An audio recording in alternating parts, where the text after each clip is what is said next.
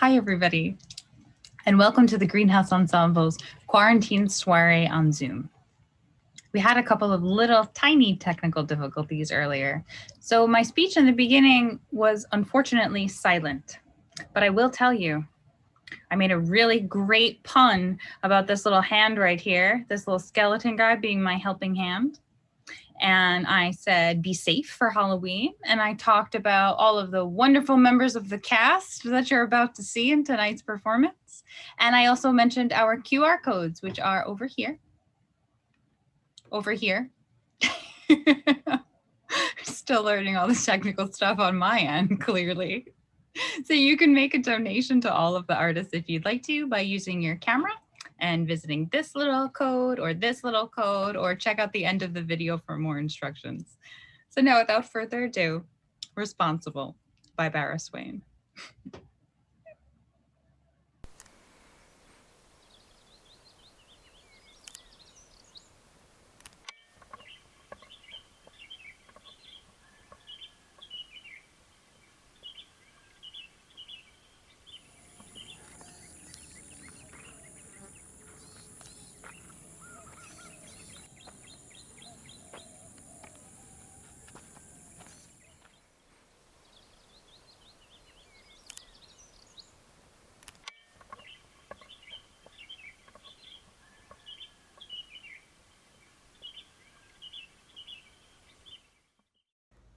Before I formed you in the womb, I knew you. Before you were born, I dedicated you.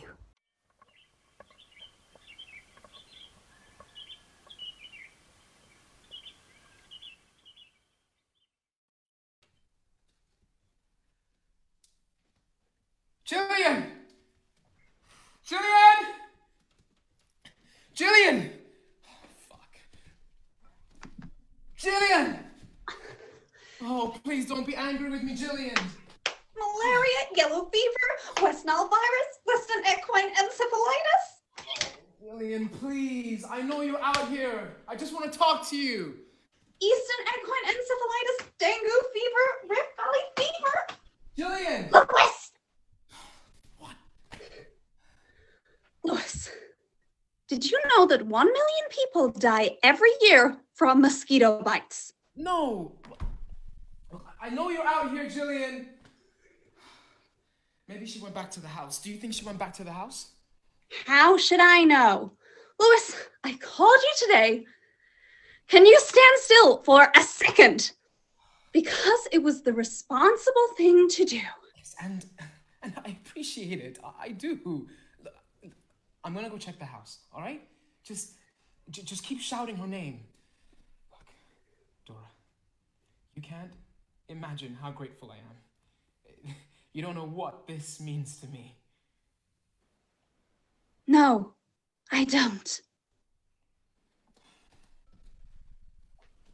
My plane leaves in 4 hours. I'll get you there on time. Who sent you on a break, Louis? I didn't know you were married.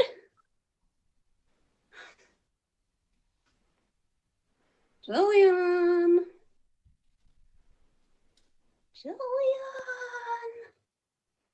Hello, Jillian.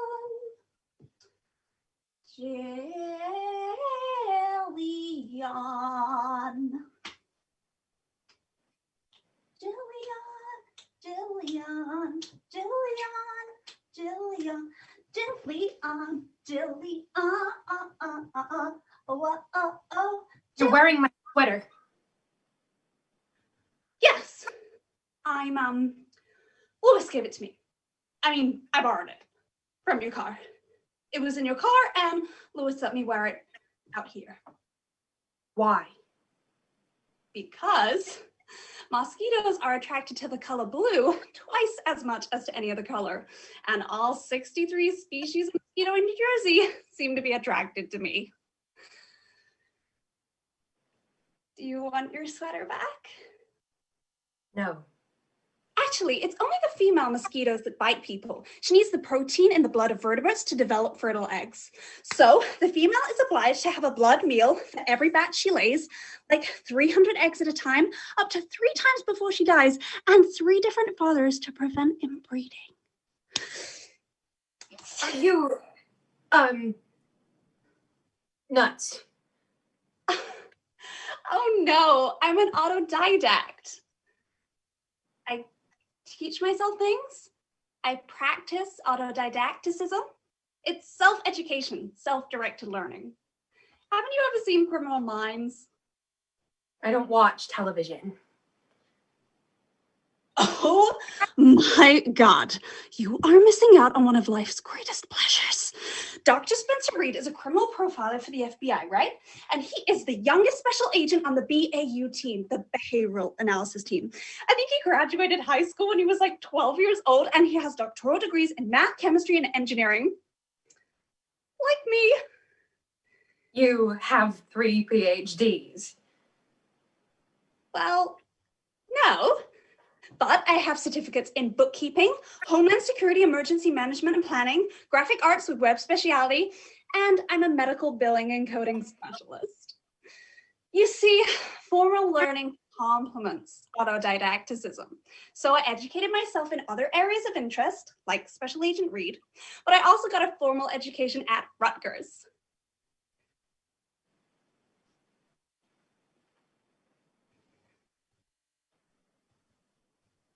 University in New Brunswick.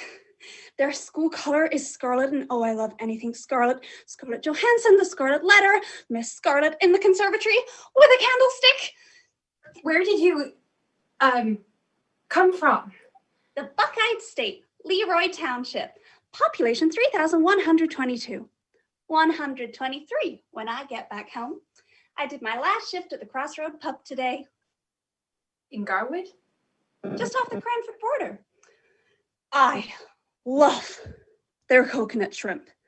And this is no exaggeration when I say that I am not that fond of crustaceans, or deviled eggs, or large dogs. Ah! Do you have any pets? No, Children? not yet. I don't think I could ever have a pet, except maybe a horse, because they don't vomit. The last time I saw the ladies' side saddle drill team at the Lake County Fair, my mother won 2nd place in the bean spitting contest. It was the first time Leroy Township had a celebrity in their midst. Even though lots of famous people are from Ohio, George Clooney, Doris Day, Ulysses S. Grant, Irma Bobbitt, Drew Carey, Halle Berry, her mother named her after the Halle department store in downtown Cleveland. Oh, hi, Lewis. Hello, Lewis. I was afraid you'd left. I can't do this anymore. No, but I love you. You know I need more than that, Lewis. You said you were on a break? Stay out of this. Listen, guys, maybe I should just call a taxi service. What do you think? Lewis, if I could just get my suitcase out of your car, I'll be on my way. How does that sound? That sounds good, right? Uh-huh. Uh-huh. Oh, and my mom, she's meeting my flight in Cleveland, so I really don't want to be not. I told you I would get you to the airport on time. Well, there was no need to be sharp with me too, Lewis. You didn't ask to come here, you know. This wasn't like my idea to make my final farewells to 6-legged bucks and your wife. I know. I'm sorry. I'm sorry. Sure you are. Sure you are. Dora, I promised I'd get you to Kennedy on time, and I will. Yeah, well, promises are like babies. Easy to make, hard to deliver. What did you say? It's not worth repeating. What did she say? Oh my God, Lewis. Did you tell her? Of course I didn't tell her. I hardly know her. I don't know her, Jillian. Do I know you? Well, in the biblical sense, once, on Lincoln's birthday, he was an autodidact too. Look, and I was drunk, sloshed, Jillian. I had too much vodka to know what I was doing, and Gin, actually, 4 gimlets with a twist of lime? you know what? That's more than you can say. You never take responsibility for anything, do you? Do you, Lewis? So I'm the bad guy now because I screwed around sober. For God fucking sake, we were on a break. That's what he told me. What else did he say? Jillian, don't. What's the matter, Lewis? You gonna cry? Did he tell you that he cried when he was picking out our wedding invitations? And that he cried when we made our first mortgage payment on this fucking house in the 33rd best fucking place to live in New Jersey?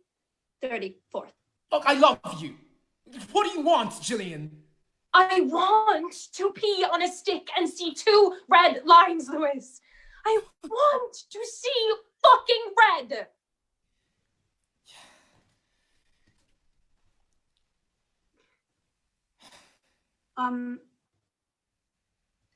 About 10% of women in the United States have difficulty getting pregnant or staying pregnant, according to the Centers for Disease Control. Actually, 1 in 8 couples have difficulty getting pregnant. I don't need a baby, honey. Look, I don't even like children. You complete me. Jerry Maguire, 1996. What? Jerry Maguire, 23 awards, 18 nominations. I said, I am not infertile. I am not infertile. You are responsible, Lewis. You are the one who doesn't take our future seriously. I have done everything, Lewis, to make this happen. I have been tested. I have been probed. I have been stuck and examined again and again and again. Christ! I know more about the pattern of my goddamn cervical mucus than I know about our fucking neighbors. And what do? You smoke too much. You drink too much. And you take drugs. I am not the enemy. Right? You treat me like a criminal, Jillian. Like I'm a depraved, immoral, simple-headed, blood-sucking pest. I'm a man. Damn it! Look, I quit smoking months ago, Jillian. Drugs? What are you talking about? Drugs? Claritin is an antihistamine, for God's sake. And you restrict your unremarkable scrotum.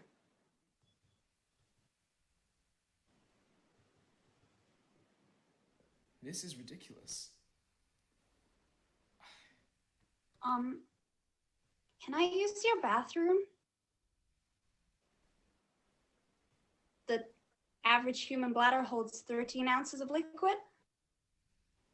Mine's smaller than average.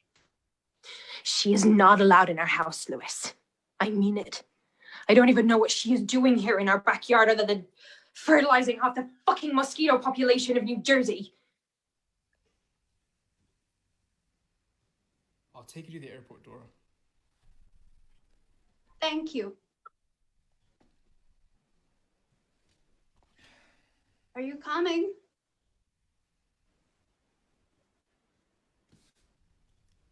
I always loved you, Jillian. I know. Lewis, have you ever watched Criminal Minds? Sure. Then you have already experienced one of life's greatest pleasures. Isn't that right, Dora? I haven't. I need to be a mother, Lewis. And I am not going to wait around for another 5 years for you to make a serious effort in order to make that happen. So, I will be gone when you get back.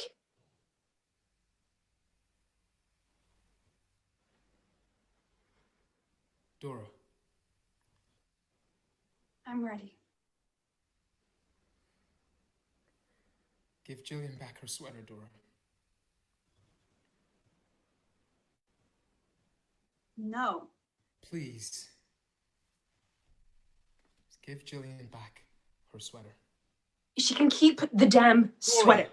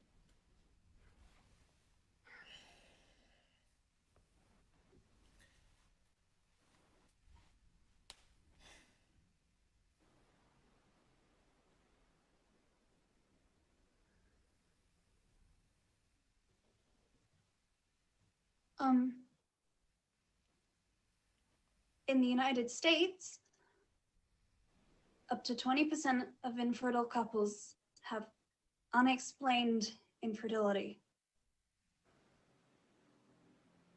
I never should have called Lewis. I just thought it was the responsible thing to do.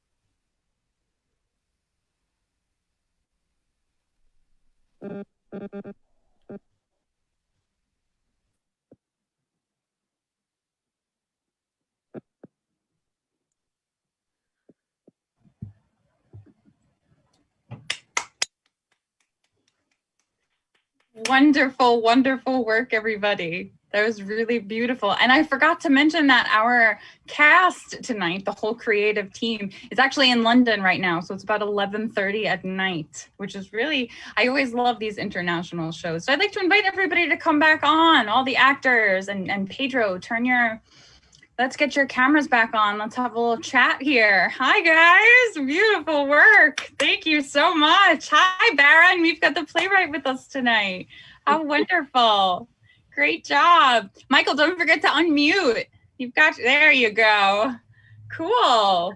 All right, guys. This is one of my favorite parts of the show when we all get together, have a little chat about the pandemic and the quarantine and how we're all feeling about life. So today's question, I know it's a little personal, so I love that you guys are willing to share this. But the play tonight, it's obviously about responsibility, right? I mean, that's the title. And even if it wasn't the title, I mean, it's really what all of the characters are struggling with, all three of them. So I would love if you guys would maybe share, during the quarantine, do you find yourselves avoiding responsibilities or placing blame on others more often than you normally would? Has the quarantine and pandemic kind of brought this sort of feeling out in you, if you've noticed any of it?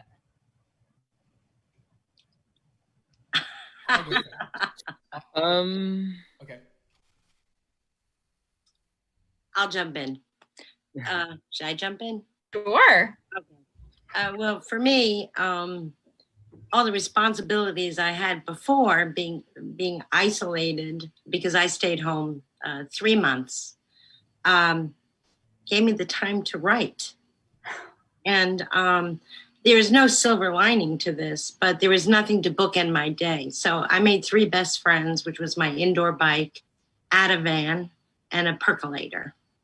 And this is my 21st Zoom because I'm nuts. And I got 10 more. And so it saved my life to have something to do. I do see my sisters each, and I see my daughter, but I used to babysit 4 days a week. I don't have that. I work at Urban Stages. I can't produce short play festivals. I did do a publication festival. Yeah, and as limiting as Zoom is, you learn to meet people and you can make I feel like I'm going to come out of this with no friends because I don't see anybody. But Pedro, is my new friend, and I hope to work with him again. And new people I've worked with, I brought him on board with other things. So I'm pretty responsible. My apartment's still a wreck. I haven't changed my ways. I don't do. Yeah. That's Yeah. great though. I see everybody here. Yeah. You've got a kind of new responsibility to yourself and to your writing. That's nice. Well, my family still's first, but you know, it's like having 3 children. You love them all. But but I have less responsibilities, which devastates me, but it gives me the time to. I think I've written 5 new plays and 12 monologues. I never do that in 7 months. I don't do that. That's wonderful. Yeah. And I love meeting all these people. I saw them. I saw a girl play Jillian. I saw her mouth on one of your pieces, and I wanted her, and I got her. You know, I mean, you do. I even wrote an article about Zooming because I don't. You know, you learn so much from it, and it's here to stay for a long time. So. Yeah. It's funny that you mentioned that about Charlotte. I thought the same thing. I thought, oh, Charlotte. Yes, Charlotte. Yeah. It must be your specialty. Must be the close-up, huh? Does anyone else have any thoughts? Yeah, I would say. Oh, go ahead, Pedro. Go ahead. Okay, I'll go first. Thanks, Michael. I think, first of all, thank you to everyone who's attending, and we hope you enjoyed the play. We had a lot of fun and a lot of fun time doing it. So I hope you guys took something from it. But what was I saying? I think I was actually just thinking that now. That I think there's a responsibility. I think this is very personal to me because I live in London. Like I'm away from my family, my girlfriend, or people where I was born. And I think there's like a responsibility towards those people, towards our home as well. During lockdown, I went back home.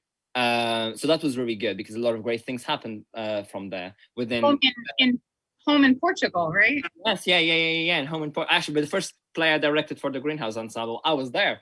And there's some lovely people watching tonight that were in that play, like Stephanie and Ashley and all that. But it's just a responsibility towards those people. There is just this is very cheesy, the cheesiest thing I'll ever say, but there's a responsibility of love. I think there's a responsibility of care, because I think that's, at the end of the day, that's how I want people to think about me, with care and love. So I think there's also a responsibility towards those people, and also a responsibility towards ourselves, because I'm going to repeat what I said on the last play we did as well. There's such we get so concerned in Zoom, like, oh, we're not, as artists, we are just so much self-doubt and all that we're not doing enough. Oh, this is theater on Zoom, but no, it's not good. I'm not good enough to direct. I'm not good enough to act. And there's a responsibility to ourselves to be kind to each other, which I think is such an important thing. I forget of that all the time in many settings of my life, but there's a responsibility of being kind towards each other and just really be grateful for everything. So that's my preach of the day. I don't believe you forget to be kind, Pedro. I don't believe it. Oh, thank you. I'll try. All right, Michael, what were you gonna say? I was gonna say that I found being in lockdown, being in this sudden stop, it was all very like, okay, everyone freeze, actually just suddenly meant for me personally that I could take stock again. And so as much as there was a lot going on, and obviously there's living through like kind of this kind of shared trauma of a global pandemic, it also meant that I definitely felt that I suddenly could like think. I had space to think a bit, and it just gave me certain like room to like recognize things I usually was not able to recognize, and that includes like Bara trying to like be sort of productive in the stuff I was trying to write, or like stuff I'm trying to like achieve for myself, and also like pay attention to what's happening around me in the world, because sometimes I feel like we get so busy and we get so caught up in just everything that it sometimes feels there's no actual time to kind of just stop and think and look around. And so I definitely I didn't feel that my responsibilities kind of shifted. I suddenly felt like I could focus on things, on my responsibilities. And I think I like fully agree with Pedro, actually. And from my personal perspective, I'm not a technophobe. I'm not a technophobe at all, but I have like a thing. I just don't like talking that much on the phone, or like texting, or like, you know, like going on FaceTime. I just don't like it. I just prefer to sort of be where I am in the present, and I don't want to have like one eye on my phone all the time. And now suddenly that's the only way I could communicate. So I was like, right, like Pedro said, I had a sudden responsibility to kind of just be better with you know, communicating like these kind of things. I feel like I actually like learn how to connect with people a bit more over this medium. So I'm kind of happy in a sense. You know, I feel like I've learned something from it. So yeah, I think it's been a general kind of opening of my eyes, and I completely agree with you, Pedro. Like, I definitely have an even stronger responsibility to myself and my own happiness, because I think it's really easy, especially in the lockdown. Everyone was like, I'm on Twitter, and Twitter can sometimes be a nightmare because people are like, if you're not learning a new language over lockdown, if you're not doing this over that, then you've wasted your time. And it's like, well, I don't know. I'm just taking care of myself. And so I suppose responsibility to myself and what I can achieve, and being happy with that. That's wonderful. I remember that. I feel like we all, especially as artists, we all had so much pressure in the beginning, you know, to do what's everybody doing, and then social media makes it awful because you look at what everybody else is doing and then you're comparing everything. So it's wonderful to hear about, you know, being able to just slow down, and I also think it's really cool that you were able to learn how to connect better. Because I think a lot of people probably had an opposite reaction and struggle with the connection over Zoom. Because I'm like you, I hate the phone. I can't do it. But I do it now because, you know, how else am I gonna see people? So I'm with you on that one, Michael. Yeah. Zoom quizzes. It was 100. Zoom quizzes. That was 100% my thing as well. I'm that person that when you're messaging someone, I don't reply, but I've typed out the text and then forgotten to send it, and then like months later I'm like, me too. And you feel so bad, right? I do everything, like phone calls, stuff. I just forget to contact people. I feel like I'm very good at just being in my bubble of things. And exactly the same as Michael, it made me reach out. And my grandma, I started calling my grandma so much more. And we had like a little Zoom quiz as well and connected like that. And it just, the responsibility to my family upped a lot more during it. And that for me took place over the creative side of things. And I didn't mind that my responsibility switched to that at all. And I do think, again, as Michael said, it's made me happier coming out on this side of it, definitely. Yeah. It's wonderful. Sarah, what do you think? Yeah, I think Charlotte definitely summed up for me.